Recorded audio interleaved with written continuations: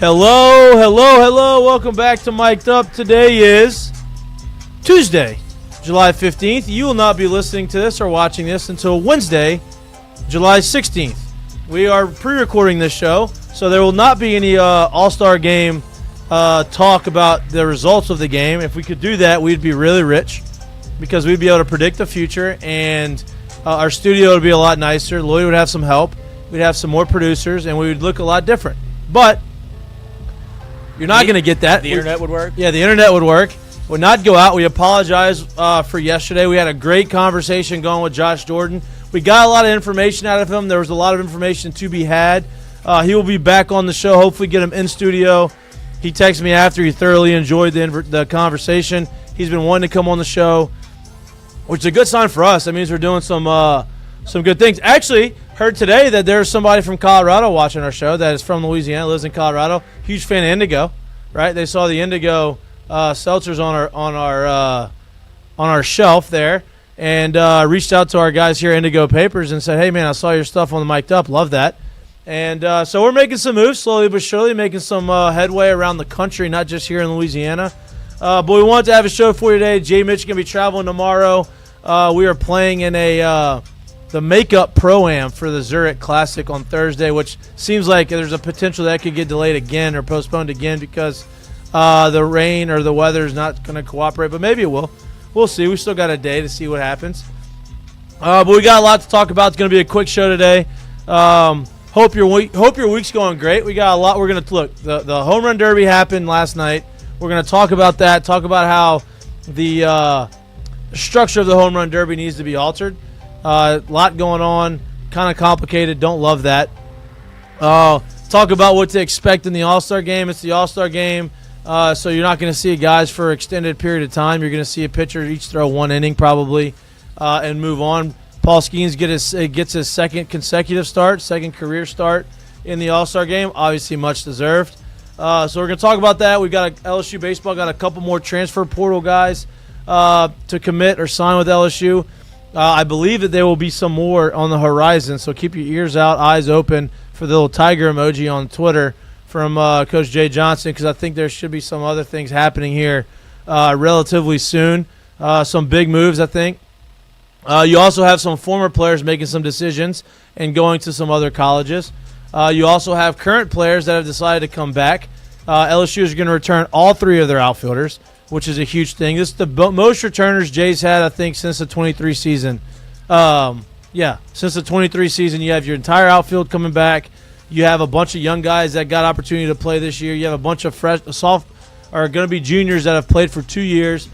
So very, very veteran team, which is a good sign for next year when they're going to try to go for a repeat. And then you're going to bring in a talented freshman class, even though you probably are going to lose some guys in the draft that are going to sign. So we're going to talk about all of that and some more in this quick 1 hour show. We got the boys back in town. Lloyd is behind the mic, behind the keyboard. We got Jay Mitch in his humble abode over there in Houston, Tejas. Got a wedge? Lloyd promised he was going to have more personality today. Yeah, I'm back. So you're back. Hey, speaking of, before we get into the conversation, me and you have talked about the show that we were watching on Apple TV, Stick. Have you seen the latest episode? I have not. Hey, great shot. Like, it's a great episode. It's a great episode. Whenever you watch it, I want you to text me and you say, "Dan, what a great shot." I accidentally made this shot. I didn't get it as close to the pin as he did, but if you ever knew I was from Louisiana, has played University Club. The 18th hole in University Club is not an easy one, and you got water on your left, kind of a tight area to drive from. And if you miss too far right with your driver, you're either way far out or you're in the high grass. And if you go too far left, you're in the water. I went too far left in the water, had to drop over the water, take a 6 iron to try to get it over the water onto the green. Swing thought, not great, said don't blade it. Oh, nice. Bladed it, but I skipped it off the water twice, off the bunker, pin high onto the green. All right, unbelievable shot. This was probably about a month ago. Similar shot this guy makes. but he tried to make it. So, great show. If you haven't seen it, stick on Apple TV. Really gonna make you want to play golf. But I watched it last night, and I wanted you to. I didn't know if you had seen it, but you did not, so we're not gonna talk about it. We're gonna talk about sports. Jared. LSU baseball, obviously, probably going to get, I don't want to say hammered, but they're probably going to lose some guys, high school guys out of the draft. And then the draft goes, guys get drafted or not get drafted. LSU had a couple guys get drafted a little bit later, and they had a couple guys not get drafted, right? And a couple of those guys have announced that they are coming back. Stanfield's coming back. Reeves is coming back, which obviously Reeves is gonna be a great depth piece. He may be the front runner. Obviously, you have some other guys coming in, but he's going to have every opportunity to be a second baseman next year, I would imagine, since that's his normal position. But you have a very veteran team coming back. What's your feel on that? Do you like that? Obviously, I would imagine you do like that. But what's your take on that, on those guys coming back or announcing that they're coming back to school? I mean, it's a great thing, right? We've already spoke about this a couple times. We talked about it a little bit yesterday as well, in terms of them having a very good core group of not only like guys that are coming back, but guys that actually have experience in this conference, in Alex Box, and obviously in a national championship season. So when you're able to do that, and you got a couple power bats you're going to infuse into the lineup, hopefully you got some other arms you're bringing on as well. If you're able to bring stuff like that, you keep that hunger, right? You keep those guys that have that hunger, that understand what they had to do to get where they got last year. I think that only bodes well for your roster to be able to go forward, because I do think a lot of times when you see a team reach the peak of a national championship, in comes an influx of new players, because a lot of those players leave, right? Everybody wants a part of success. Those players get drafted, they leave, they go, they're gone. Well, you got a lot of guys running around in that same uniform that didn't actually achieve that height of what everyone's celebrating them for. Right. So it becomes very intoxicating in terms of not understanding the work and the grind and type of attention to detail that needs to be put in to get to that height. I think when you have a lot of those guys left over, it only bodes well for you. Without a doubt. And I think, we've talked about this. Look, LSU's been very fortunate this year to have a lot of the young guys play and have a lot of impact on the team and play extremely well as freshmen, right? You had a couple guys do it 2 years ago. You had more guys do it this year. You're bringing in a freshman class. I think if you could draw it up as a coach, as a head coach, you would want to have majority veterans and sprinkle in some freshmen and give them some opportunity to get better, understand it, and not throw them in the fire unless they're obviously ready, right? This gives LSU the opportunity to do that next year. If you go look at the guys coming back, I mean, you have your shortstop returning.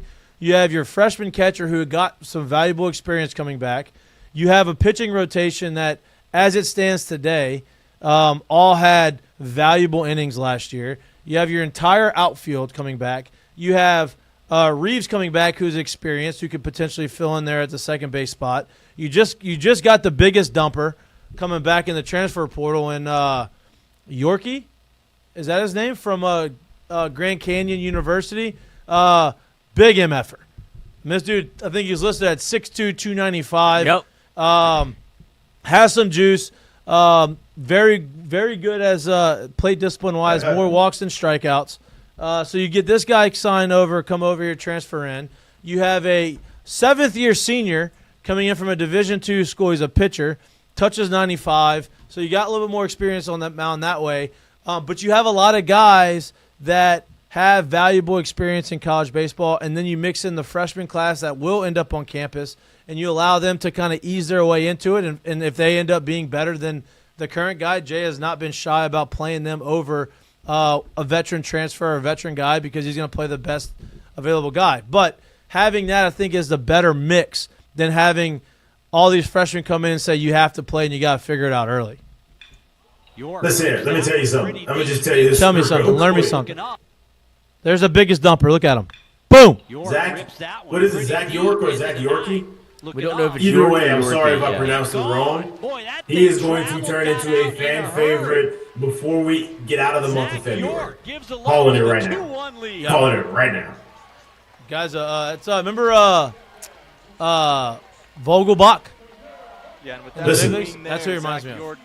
Listen, that jog is way more athletic than you think it is, too. And I'm not gonna sit here and say he's the fastest person on the field. All I'm gonna say is that those movements are very athletic.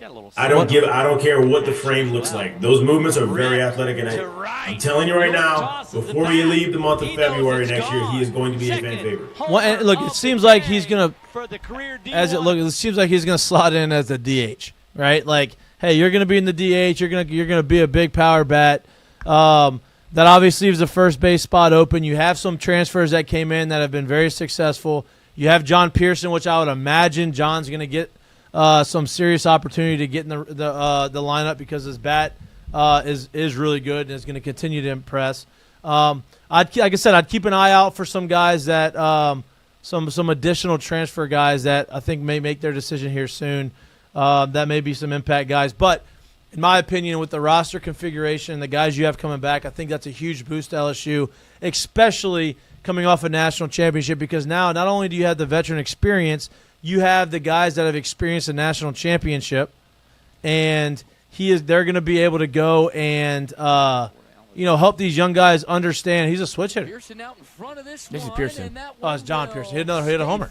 He had two. He hit in the same game? Mm-hmm. Don't tell Pearson like My that. bad. He's not as big as the dumper. My bad. No, he's not. I mean, I just baggy uniform. I was shocked that I wasn't ready for you to throw the video up. It is a very summer ball uniforms aren't very flattering. You think so? I mean, these uniforms have been probably used for the last 10 years, so they're not the most updated equipment, I would say, especially in the Northwoods League. Back to the Rodell.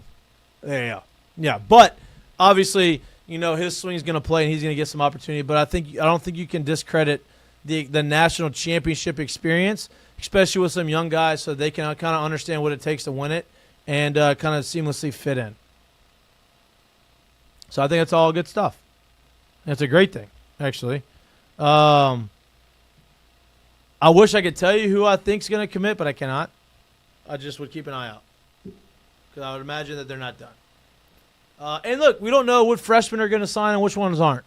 I mean, I think you can kind of make a determination based off of where they were drafted, but they have a couple weeks of negotiating and trying to get that number as high as it can be and trying to figure out where they're going to be. But I still think you're going to have a solid freshman recruiting class step foot on the campus.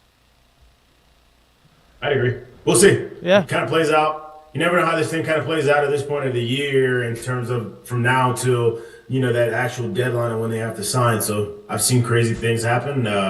We'll see. Speaking of the home run derby last night, though, so we talked about the big dumper. Obviously, he won it. He's having a magical season. I mean, he's having one of the greatest seasons of all time for a catcher. I mean, he's got 38 home runs. I think he's the most home runs at the break since Barry Bonds had 39 whenever in 2003. And so he's having a monster year. But I think what was really cool is obviously you see dads throwing to his son all the time in the home run derby. Bryce Harper's dad did it. I think Robinson Cano's dad did it. But what you don't see is the son, the younger brother, catching. Usually you have some guy behind the plate that's just catching. He had his little brother catching his dad while he's hitting homers, and he said it was a big help. His brother was hyping him up, hitting homers and saying all this kind of stuff. I think that was a really cool experience for the Raleigh family. Definitely a really cool experience. It was another really cool experience watching O'Neal Cruz hit a ball about 6,000 feet.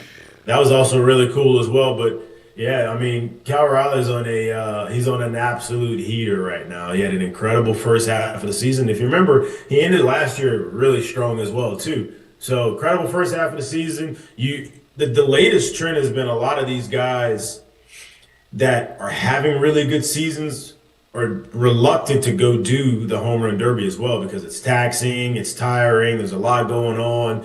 He didn't care. He got out there, he did it, he won it, still rolling. So that part of it was impressive. I still got my qualms about the format. What it is, too. But yeah. Look, here's my biggest qualm is I don't love the time. I know they tried to change it up and have a mixture of okay, you have certain swings after and the bonus whatever balls. But here's the deal, dude. O'Neal Cruz hit a ball 515 feet or whatever it was, and he couldn't even really admire it. Nobody could really admire it because you had to hurry up and get another swing. I think he took 2 swings from the time that one left the bat to the time that 513-foot landed. Yeah. I think. One for sure. I think he took 2, though. I know they give like bonus balls for like distance. You have to hit it over like 465 or whatever that number was to get an extra ball or extra time, whatever that was.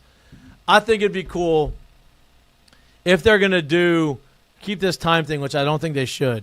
I think it'd be cool if they say, hey, if you hit a home run, if you hit a ball like sky high, ends up going over the fence, but you hit that second ball and you have another swing, you hit that second ball over the fence before the first one lands, you should get extra swings. Because that's, like, ridiculous. And, like, obviously these guys are swinging for homers, so, like, they can hit a ball to the moon. The balls in the home run derby are even more juiced than regular balls. So, I think that's a realistic thing in the derby, but they do need to change the format because I don't love the rush swings. Yeah. I've never been a fan of the rush swings. I've never been a fan of the rush swings just in cage work. Like, I've never really loved it anyway. I think it's tough. So there is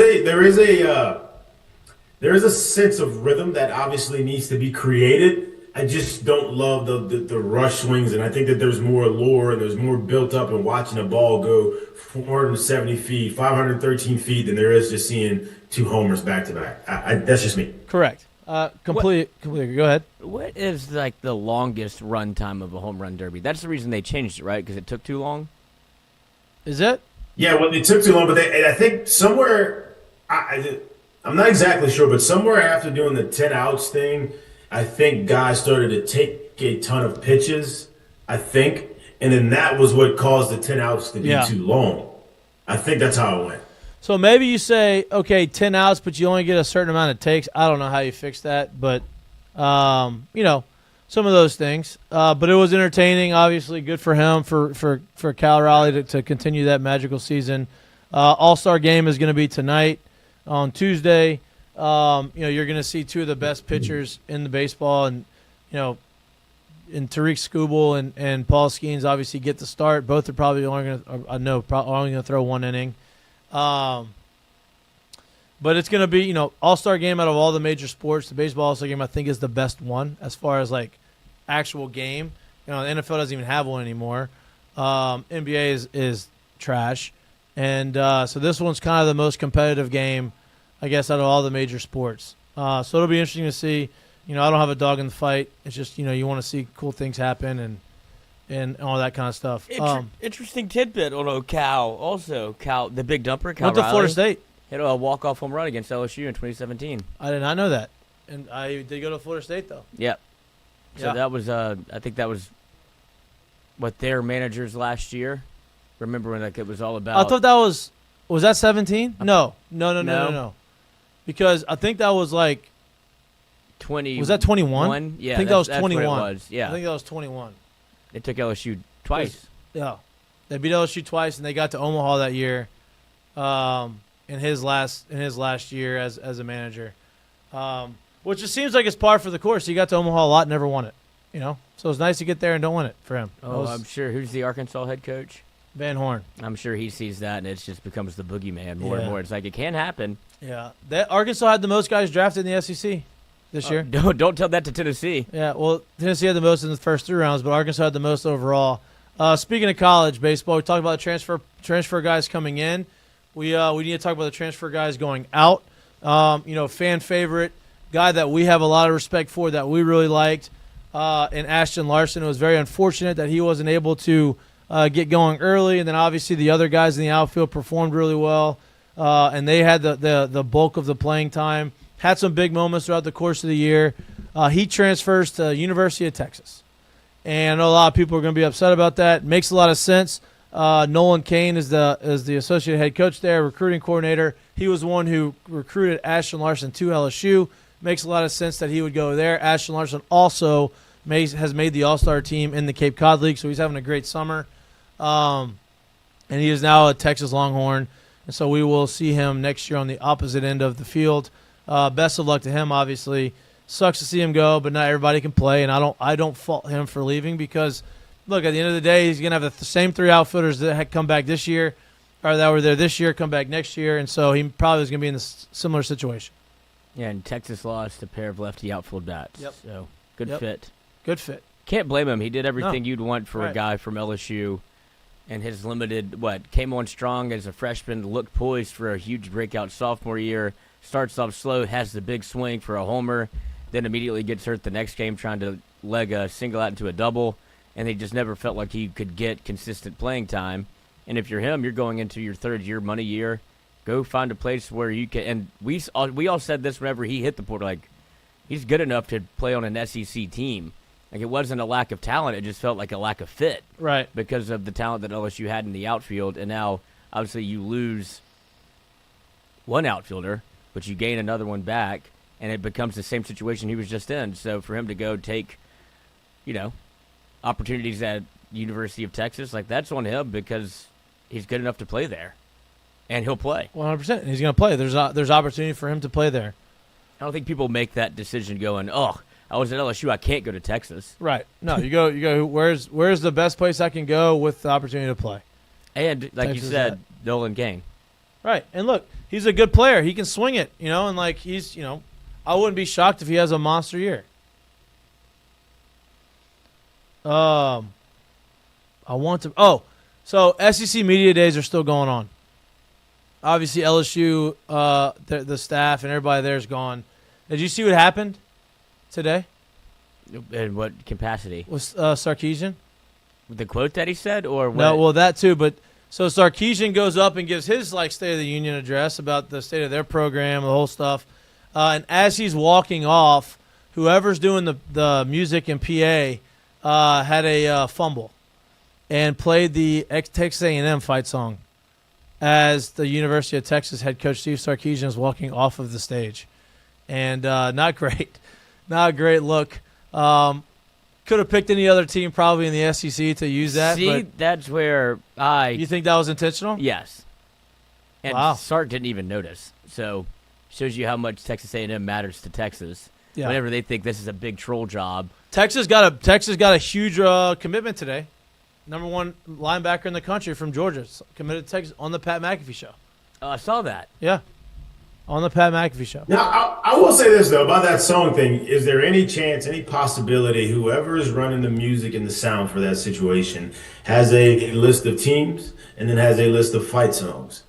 Is it possible that we just accidentally put down? I think it was an accident. I don't think it was intentional, but still very ironic and very funny. It's super ironic, kind of funny. But yeah. Yeah, like, hey, I mean, like, you got Texas A&M, you got Texas, and you got Tennessee, the three T's. Like, maybe accidentally. The son Grady and he and L'Oreal.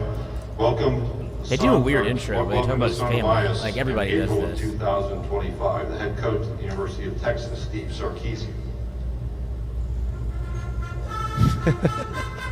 See, I didn't know what song this was either. I had to Google it.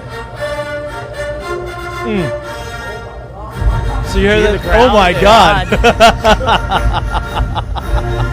I mean, he had to have noticed as he was getting on the stage. Huh? Like, there's no way he didn't All right. do that. He didn't make any reference to it, though, right? I really don't think he knew. I don't.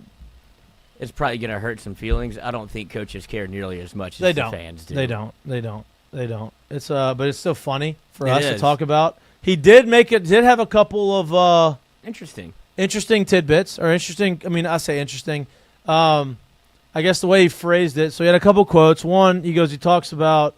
He goes, I think it hurts us sometimes when a kid comes to our campus and we don't talk about revenue share. He said the Longhorns don't talk about NIL until the end. Okay. Then he followed that up with, I can't offer every player the most money that he's going to be offered. It just doesn't work like that anymore.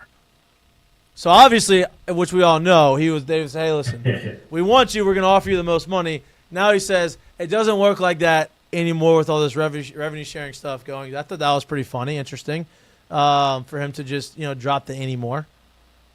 Yeah, this whole space is 100% changing, and I think even what we kind of got used to over the past 2 to 4 years, if you will, it's a lot different now too, because now the rev sharing is coming, right? So a lot of these guys are gonna make a ton of money through the rev share.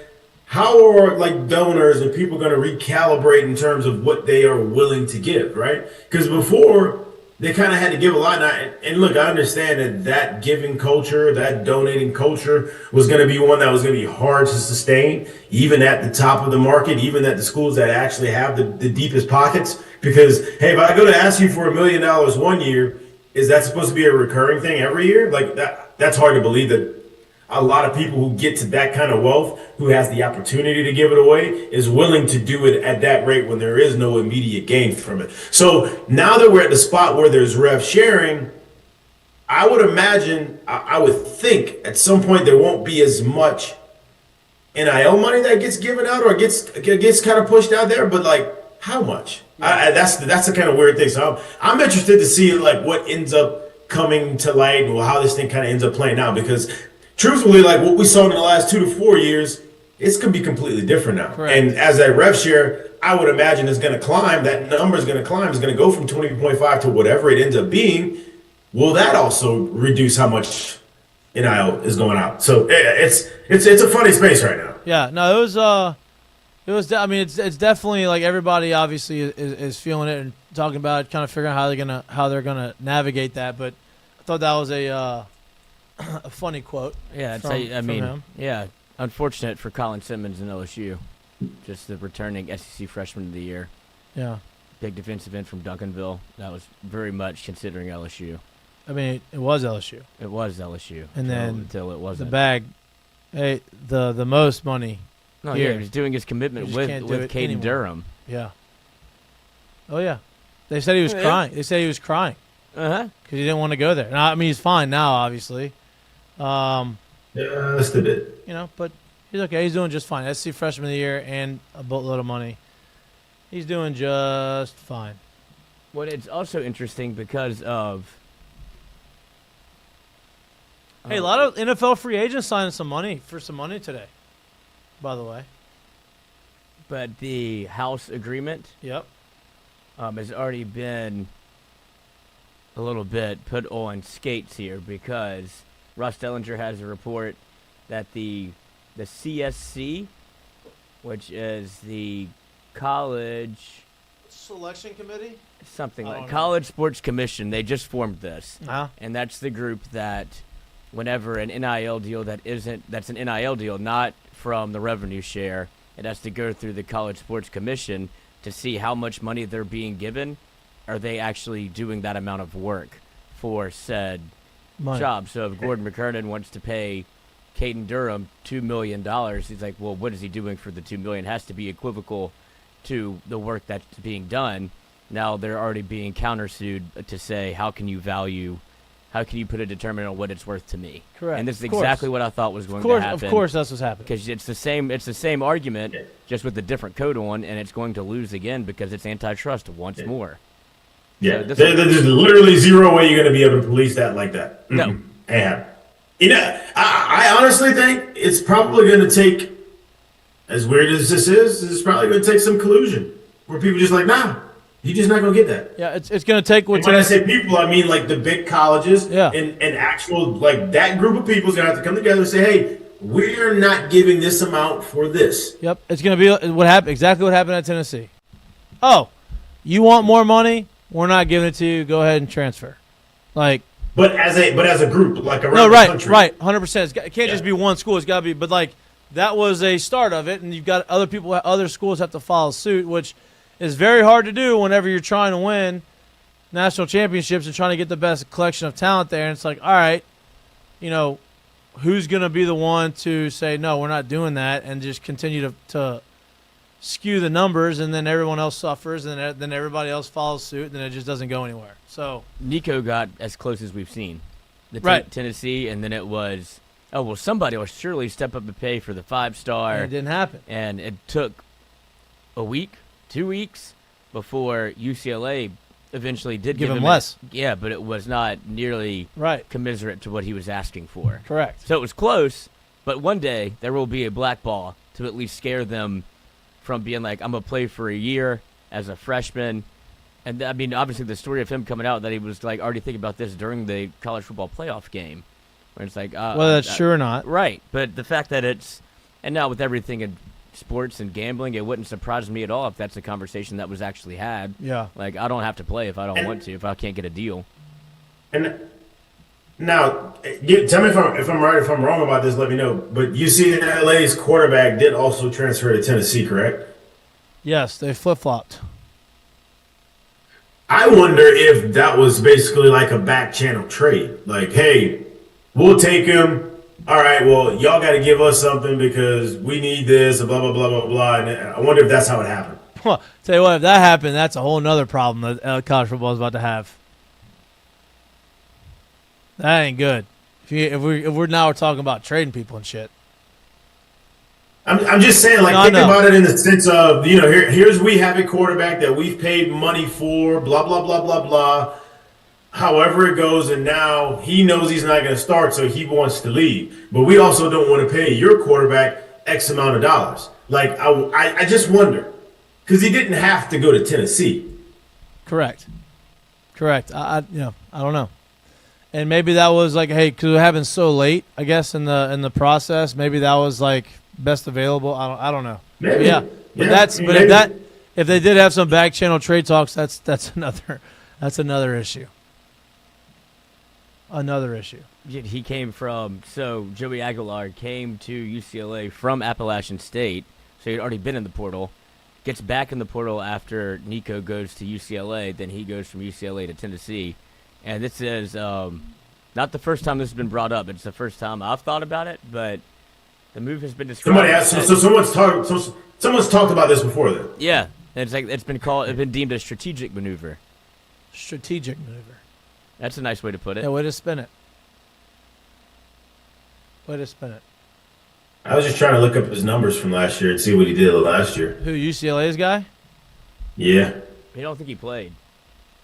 No. He would have been at he actually had some regression last year, right? 2023, 3,700 yards, 33 touchdowns, 10 picks. 2024, 3,000 yards, 23 touchdowns, 14 picks. So more picks, 10 less touchdowns, and almost 800 less yards. And that gives you basically a step up. That sounds weird.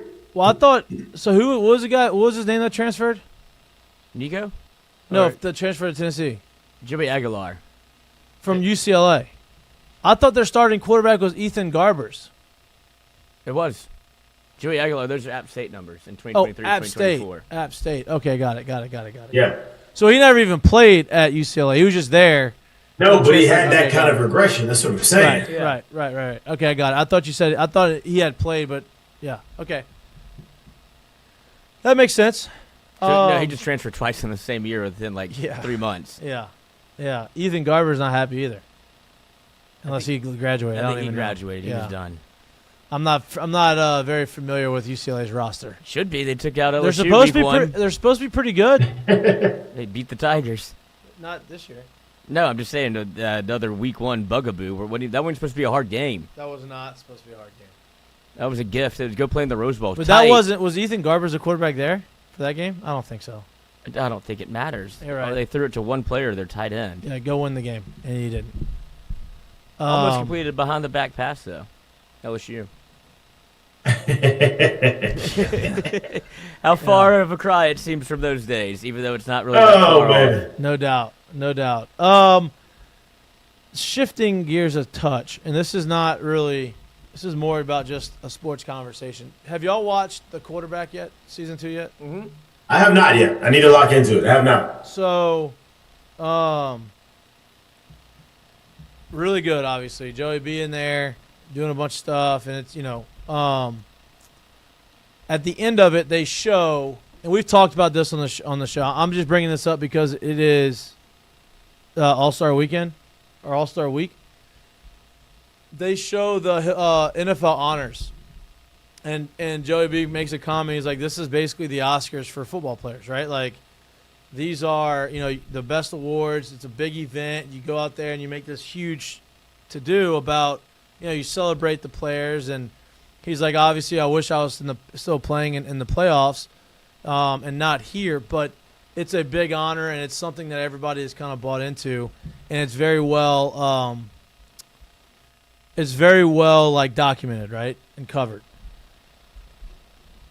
Meanwhile, Major League Baseball's award ceremony is not covered, and they're just thrown on Twitter and announced. And it's just like, if we talked about this yesterday with Manfred on the Pat McAfee show, and basically talking about how, they're doing everything they can to increase, awareness and fandom and all this kind of stuff for baseball, and they have all these plans. I think that there should be something similar to like the NFL honors for Major League Baseball awards and make it like an event. Because I think that would be, even if it's during the playoffs, whatever it is, you still should do it. I agree with that. I also do think, I've always thought, I understood. It was funny, I actually heard CC Sabathia bring this up the other day, but I've always kind of thought the same. So in the middle of the All-Star break, you have what goes on Wednesday night, I believe. Tomorrow night, I think the ESPYs is what happens in LA. Now, look, inherently, not everybody's going to want to go.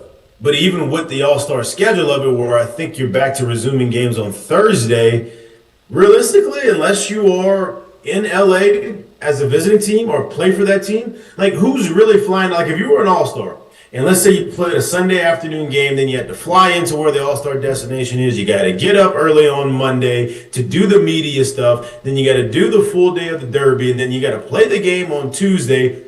Who the hell is going to go to LA on Wednesday to do that? Right. Why don't you give these guys the entire week off? Really make it, hey, here's your week. Be back on Saturday. Maybe you start on Sunday, or maybe you take some BP on Sunday, and be back to resuming the season on Monday. Maybe you should do it that way. Because once again, when we're talking about growing the games, and they have that, whether you like that event or not, it is highly watched and it's highly covered, and there's every other sport in there except for baseball. Yeah. Literally, there may be 2 guys in there. And to sit here and say it's because we're in the middle of our season because we didn't want to push it 2 more days, it's kind of crazy to me. Correct. And look, and if baseball doesn't want to give up a weekend, right, and say, oh, we're not going to well, I guess there's impossible not to give up a weekend. So, yeah, I think if the All-Star break starts on Sunday after the first half, you should have until the next Sunday, and you come back and you start on Monday. Then that way you give up 1 weekend for the season. But yeah, I agree. I mean, I think I got invited. Now, I was never up for an ESPY or anything like that, but when I was coming up, I had gotten invited a couple times, hey, do you want to go to the ESPYs from my agency? And I was like, no. Yeah, but no, because I'm not flying after our game on Sunday or whenever it is to go all the way out to California. And this is before they extended the All-Star break an extra day.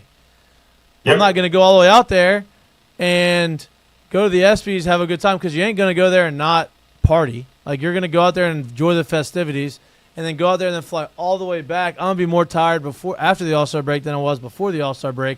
Now, I was like, look, if we open up the next second half in California, yeah, I'll do that.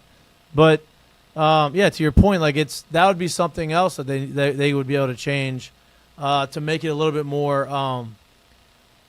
put the baseball players more in the public eye. But so, yeah, you're having these big events that are made for the athletes, and baseball doesn't have a presence there because we just refuse to push the All-Star break maybe 2 more days. Yeah. It's kind of crazy to me. Yeah, no, you're losing in terms of what the visibility and the light that your players from your league, the best players from your league, could be put in without having them be in it, without even having them wanting to take the opportunity to be there. I just think that that's a miss as well. 100%. But I don't know. I think that's been a very vocal conversation that just hasn't. I don't know why they haven't made any headway on that, because it just seems like it's an easy change. Hey, I know it's football season during the award ceremony at the end of the season, but you can find a time to do it. You could do it middle of the week. You can do it on a Wednesday. For all I care. You know what I mean? To do the whole event. Hey, the award ceremony is going to be on Wednesday night when there's really nothing going on. It's going to be a Tuesday, Wednesday event, and you get back, and now you're not competing with any of the NFL games. Do it during the World Series. Do it the night before the World Series. Like, Yeah. make it to where people around baseball want to watch it, and baseball's in the spotlight at that time or something. Correct. Just find a way to do it. Correct. I don't think people really truly love a random 5 o'clock announcement where Shohei's sitting next to his dog as, "Hey, here's our MVP." Right. Right. And I think people just like, why is this being announced like this? Yeah, This is weird. there should be an actual. It should be an event. Should be an event, and you should have, somebody out there, emceeing it. I mean, like you got Shane Gillis emceeing the ESPYs. You should have someone out there that is entertaining and bring in celebrity. Like you should just. It just makes too much sense not to do it, but they don't do it. I don't know. It's a lost cause, I think. You could have this. What do you think, Lloyd? That's the content I'm looking for. What was he doing? That's Bloopy. He took a dip after Matt Olson got eliminated. Yeah. Hey, that little stretch that Matt Olson went on was pretty wild, though. That was the fun. crowd was awesome. Jay Mitch, we got both of what we were talking about. We got hey, this is the good part kind of when you do the rapid fire, hit 6 or 7 in a row, which was cool. But then also whenever they stretched it out to like longest home run, you're like, this is way cooler. Yeah. Well, then, no doubt. And then Brent Rooker made a good point. Obviously, he was on the short end of this, but he was like, "Hey, if you're gonna have a tie and they're gonna go by distance, you gotta have to put the distance on the scoreboard, like to the decimal point of where you're at, right? Because he lost by like 0.1 on like the distance. Like it was the same distance, but Cal Raleigh had like 0.1 longer, whatever, 0.1 inch, whatever, however they do it. Well, it was funny because they bring, they did it to the 1/1,000,000th of a decimal point, and then you have everybody that's watches baseball go, we could do this, but we can't figure out what a strike is. 100%. Well, you're gonna see that on the All-Star game. See it tonight. You're gonna have the ABS system tonight in the All-Star game, and that 1,000% should have just been a swing off. Yes. 100%. But they want to keep it short. They want to keep it shorter. That is. How do y'all think the ABS system is going to be perceived tonight when people finally see it in like a nationally televised primetime like full baseball game? I don't know. I think that and look, here's the deal: the umpires in the All-Star game are the better umpires, right? So the umpires that are going to be umping the game are going to be the better ones.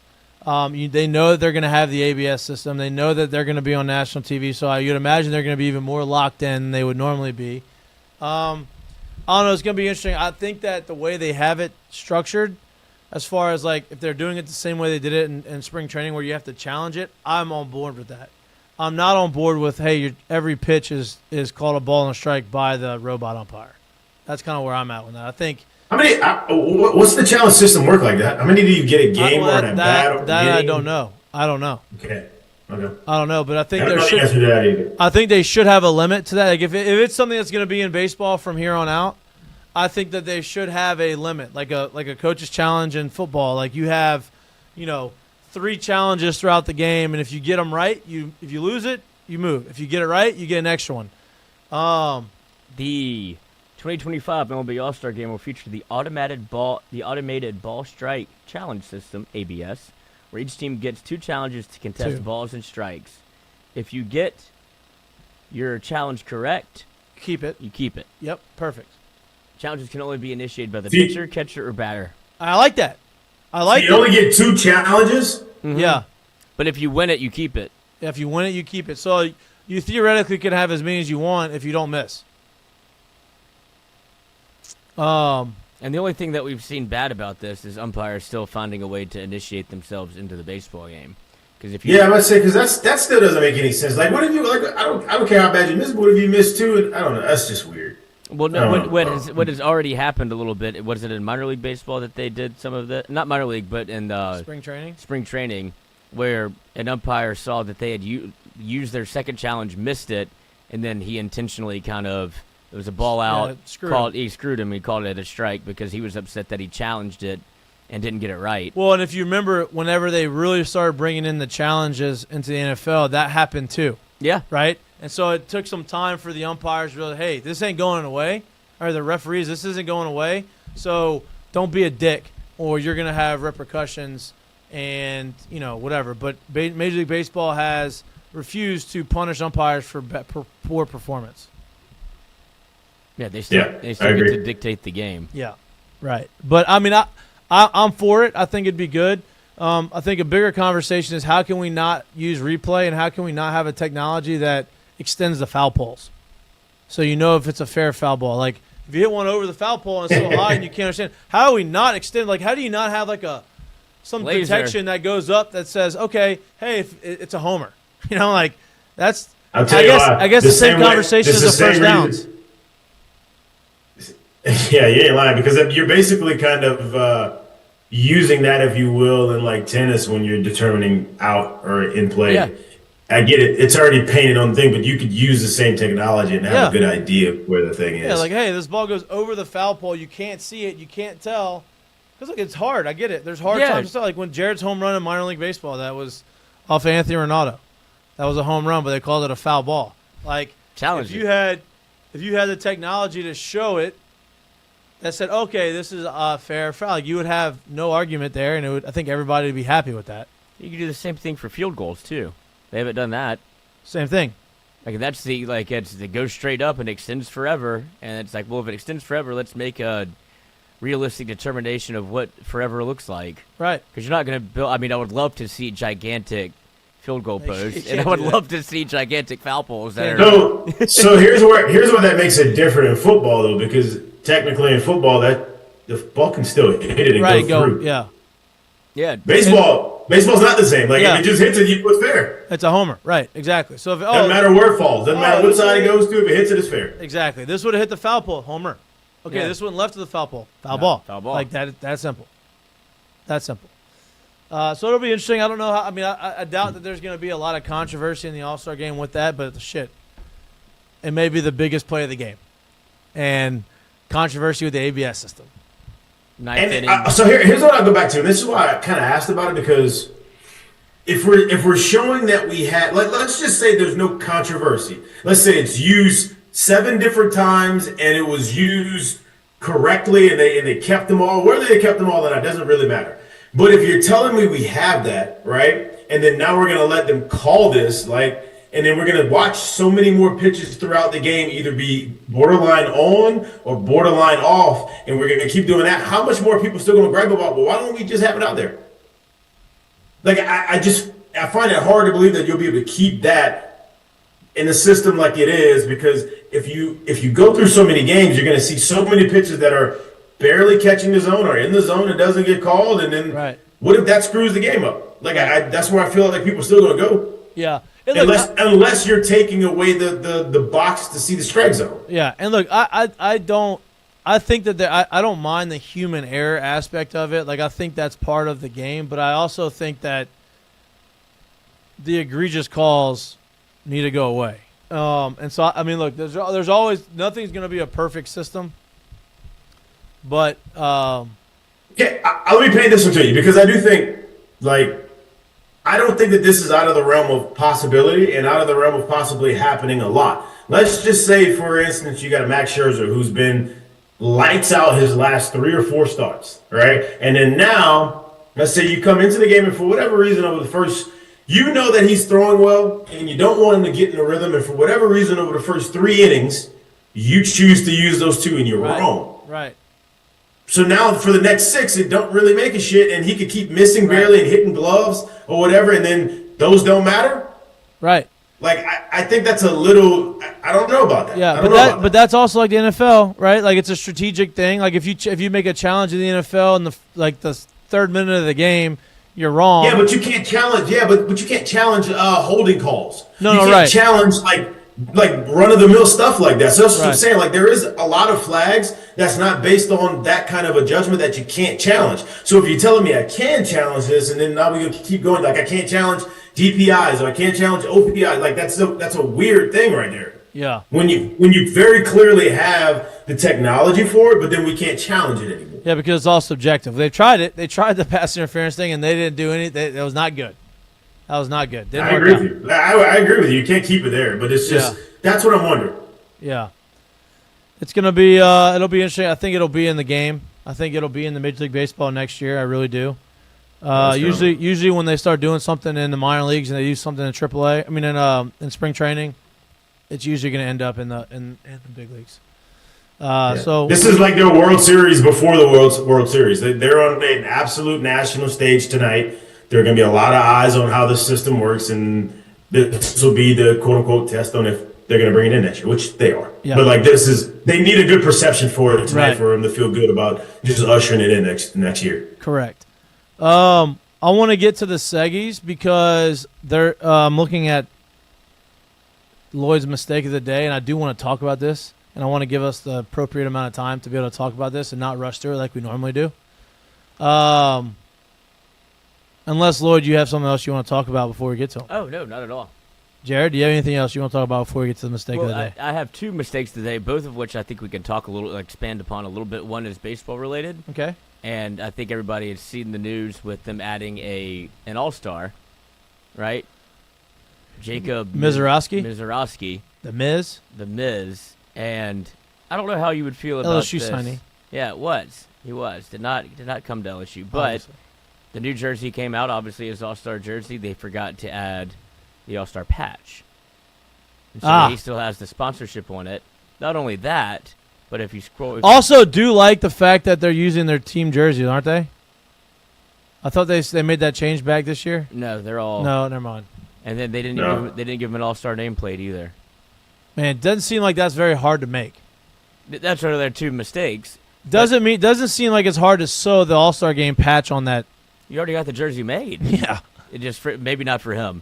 But that's what I wonder if that... I know that these are probably not the biggest deals in the world, but for for him it's huge. That's what I was going to get to, is because... Like, I know it seems like small mistakes, but for him, it feels like... Look, I already feel like I'm not really welcome here.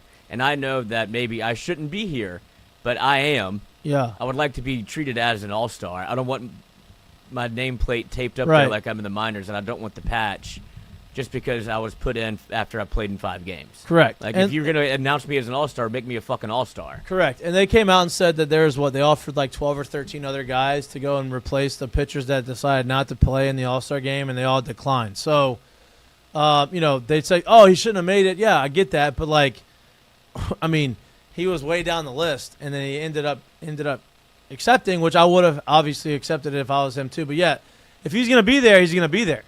Like, put the All-Star Game patch on. That jersey's getting framed in his house. You know, like, I bet you they're gonna make the change. They did. Yeah, They've already put the patch on I figured that. But it also has, like, Nick Castellanos talked about it too. He's like, now I guess it's just a Savannah Bananas. Like, you just want to be entertained. Right. And so he's gotten some pushback from, like, big-time baseball players. He did. Because there's a couple guys for the Phillies that they thought should have made it over him. Yeah. And so I just thought that was... I don't know. I get it, man. Like, if I'm sitting here watching either him throw for one inning or even, like, the lefty that the Phillies had that has very clearly much better numbers than him on the year and is a starter as well, that guy should have made it in theory. But you want to see Mizorowski for one inning over that guy just because of sheer what he can do. If there is anything to be said about it, there should be an innings limit and or an at-bats limit to how you can get in. Then there's nothing to even be mad about at that point. Correct. I mean, the end of the year awards you have to have, there's limits, you know? Yes. So, yep. Correct. All right, your second mistake of the day. Second mistake, this one's egregious. Yeah, that's what I really want to talk about. And it's almost kind of sad considering the state of what Teddy Bridger walked into and what he did, and then to get punished for it as a volunteer for being now suspended. Not only did he before this, Teddy Bridgewater went to his alma mater, retired from NFL football. Because he wanted to help. Went to his alma mater, who was 4-8, I believe, the year before. And he goes in there that first year, and they go and win the 6A Florida State Championship, which is very hard to do. Okay? He does that in his first year, but then this is what happens today. So you go ahead. And so he gets suspended, I guess, indefinitely. For the year. For the year for improper benefits. Improper benefits. And this is what he did. It cost me $14,000 to conduct the camp for 4 nights, 3 hot meals a day from local black-owned restaurants, and a snack on some of those days. Last year, it cost me $9,500 to purchase pride sets for the players so they can look like a team. Last year, it cost me $300 a week to keep the field painted with lines and numbers so our players can know how to line up and execute. Last year, it cost me $1,300 a week to have recovery trucks come service the players the day before games. During the season, each week cost me $2,200 to feed the team pregame meal. Each week, I spent around $700 on Uber fares. So you can total all that up and see that all of those things we're doing, that's not, I mean, would you consider that a competitive advantage? I think that's just leveling the playing field for them. I think, putting them in a situation to where they can actually feel like a team and compete. Right. It's not steroids. No. But I think everything he did was coming from a good place. And he was a volunteer. He wasn't even employed. Right. He volunteered as that out of his own pocket. That's bullshit. Yeah, so he's suspended for the year after. So I can't even do the math because it's weekly. But unfortunate that this has happened because, I mean, you're basically telling somebody, like, not to help. Correct. And if you have the means, you should help. And none of this is anything that's, like, paying for. And he sent out an email earlier asking for help. That was the email.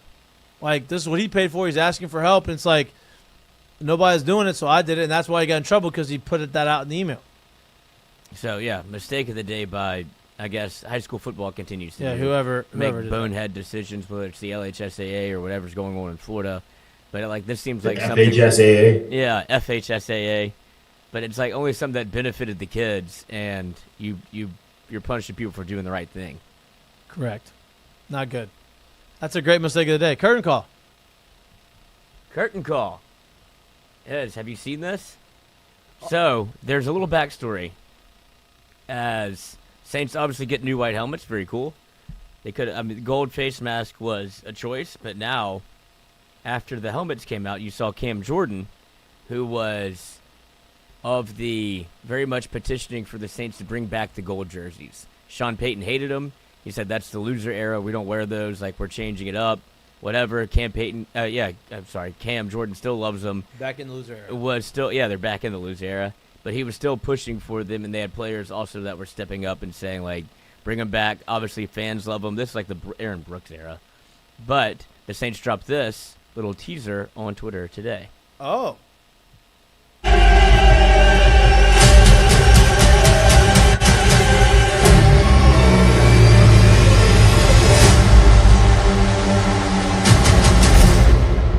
Oh. So, Cam Jordan may be getting what he wants. I like that. Harken back to an older time. I like that. I don't mind that. It also does mean the Saints, if they're putting all this production value in with their social media is usually not very good. This is cool. White helmets. They're just trying to make you go see them play. They gotta have something. Yeah, they're gonna stink. Gotta have something. But I feel like they'll be cool. Yeah. With the white helmets, I still want to see the white helmets with the all white uniforms. Jesus Christ. Yeah, it seems like that's so hard to understand, huh? Yeah, Jesus. You come out and you finally have the ability to have alternate helmets, and you come out with black ones, and then don't wear them with the black uniforms. You wear them with the white ones. Yeah, it doesn't make now sense. You have white helmets that'll go with the all-white Star Trooper uniforms. You're going to put on the black ones again, and put the white helmets with the gold uniforms when you already have a gold helmet. Doesn't make sense. Jay, you got one? Yeah, I'm going to go with the lowest of hanging fruits. But needs to be said because we've talked about it, but we didn't really get too in depth with it because of how, I guess, quickly all this stuff happens. But to the nine LSU baseball players who got drafted, obviously, over the last couple of days, life's changing. You're going to get to play baseball full time, like legitimately full time now. And, congrats to all those guys. You end your college career with a national championship, and now you get to move on to pro ball. Congrats. Round of applause. Great curtain call. I'm going to stay on the baseball train since it's baseball, it's All-Star Week. There's been a lot of conversation, a lot of laughing at the Tampa Bay Rays. Obviously, their stadium, which was one of the worst in all of baseball, gets destroyed by the hurricane in the offseason, forces them to play in Steinbrenner Field, which is the Yankees spring training facility. So they have to go and play their regular season games there this year. They are playing well, and MLB comes out and says that they got to prove that if they make the playoffs in the World Series, that they will host playoff games and World Series games there, right? Fine, great. They don't have to move anywhere else, but the stadium is not great. It's an outdoor stadium in Florida. The conversation has always been, you got to move them to Tampa, Well, the owner, Stu Sternberg, did not want to do that. Well, now he has officially sold the team. for $1.7 billion. And the new ownership has come out and said that they have Patrick Zalupski is a Jacksonville developer who's bought the team for about $1.7 billion discount, I feel like.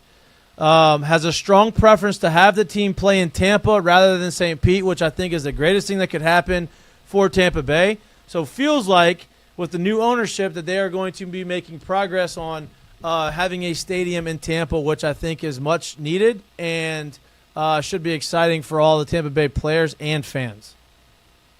So that's my curtain call, is that finally new ownership has come in and finally done the smart thing and the logical thing and moved them into Tampa. So good job, Zalupski, and whoever else is part of the ownership. How hard is that to put something in Tampa? Like, is that feasible? And they have 3 professional teams there already. That's part of. Or 2. They have a hockey team and a fucking football team. And the hockey team is great and draws unbelievable fans. Yeah. So I'm sure they could find a place to do it down in that area.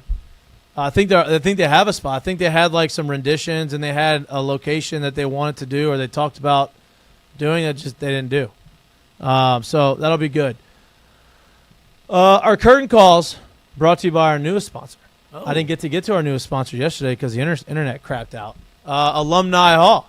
They are the place and the location that you need to go to get all of your official LSU gear. Season's coming up right around the corner, 6 weeks away. If you're looking to get new attire, getting to replenish the closet for the football season, Alumni Hall, which is located in Perkins Row, unbelievable location, great store, great aesthetics. Go in there, get your hats, get your shirts, get what the coaches wear on the sidelines, what the players have. They have all things available. They always update their latest hauls. They have up-to-date gear. And so go out there and just take a little gander. If you're walking, you're having dinner one night, or you have some time before you go and see a movie, go pop in Alumni Hall and go check out what they've got, because if you wait too long, they're going to lose all their inventory before the season. They got everything you want. They go all the way from babies. See the overalls over there on the left, to golf shorts, to shirts, to hoodies, to T-shirts, to hats, to jerseys. Everything that you may want, they got. So go give them a shout. You got some good stuff. I got some stuff from there. My hat that I got the most compliments I got from there, and now I lost it. It's in the ocean somewhere. Also, I gotta go get another one. If there's ever a time to stop by Alumni Hall, go get your 2025 LSU National Championship baseball gear. Absolutely. Because you don't want to be walking around with outdated gear. Of course not. It's an insult to LSU baseball. It's an insult to Jay Johnson. It's an insult to the team. It is. Go get it. You can't ever have too much LSU stuff. There's always room for LSU stuff in the closet. So we appreciate the new sponsorship of Alumni Hall. They appreciate your business. Go give it to them, and you won't be disappointed. All right, that's all we got for you on this beautiful Tuesday/Wednesday show. Enjoy. I hope you enjoyed the All-Star game. Wednesday. It's Wednesday, sort of. Hope you enjoyed the All-Star game. We'll be back live in studio Friday. We're going to have a special guest in studio. Some will call him Jay Mitch. Some call him Jared. Some call him. He will be in studio, back at his old home in our studio on Friday. He'll be in town. So we'll have a full squad inside our house for our Friday show from 1 to 2-ish. We appreciate the love and support. Please like and subscribe to our YouTube channel. If you can't watch us, but you like listening to us or anywhere you get your pods, again, appreciate the support. We appreciate the love. We'll be back on Friday. Enjoy the rest of your week. Peace.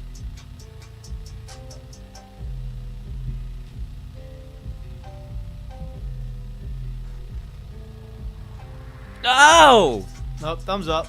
Average. That's how you know it's a dead time of the year. Yeah. All right. Bye-bye. Peace.